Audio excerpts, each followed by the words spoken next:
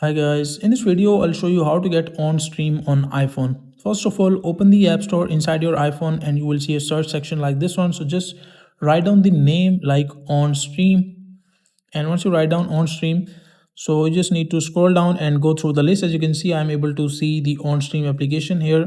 You can just click on get and download it easily, but let's say that you're not able to see the application.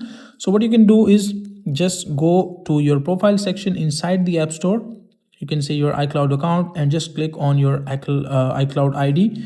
And once you are inside this section, just scroll down, and as you can see, this is the option country and region. My country is right now United States, but let's say that if you have any other country, that might be the problem that you're not able to see the application. So just change your country to United States. The process is pretty easy. Just make sure to select the country, state, zip code, and write down the number, and that's it. So you will be able to change your region, and once you change it, you just need to come back again and search here the name of application Onstream again, and after that you will be able to get it easily. So that's a simple and easy process of how you can do it.